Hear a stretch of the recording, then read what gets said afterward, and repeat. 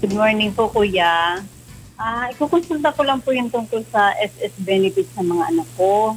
Kasi po, magmula po noong February 2013 hanggang po ngayon, na ano po yun, na-freeze po yung kanilang SS benefits po na natatanggap.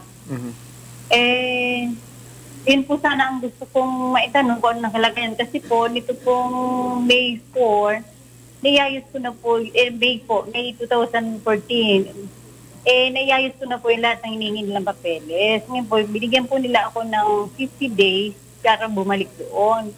Patapos po noon, hanggang po ngayon, sabi nila, wala pa rin po resulta. Ang inaano ko po, kung ano na po ba talaga ang kalagayan, dahil po ang sabi po nila sa akin, nung mag-follow up po ako doon, okay na daw po, tapos na-hold daw po ulit dahil dalawa daw pong SS number ng asawa ko.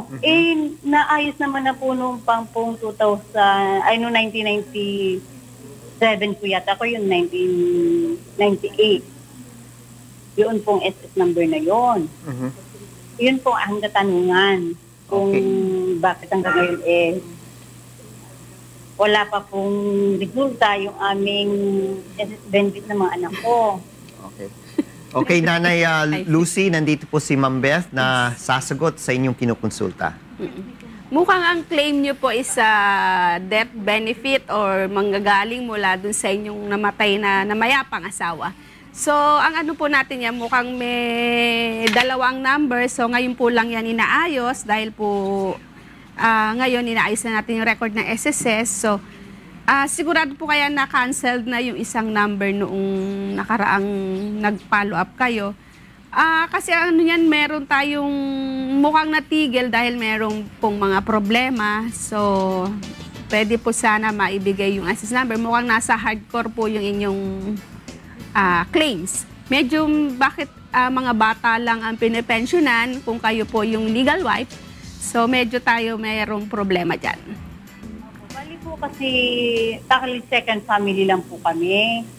Ngayon po, ang nangyari po doon, hati po yung SS benefit. Ngayon po, nung yung isa ko pong anak is nag-21, nag-report po kami. Yung kabilang panig po pala hindi nag-report.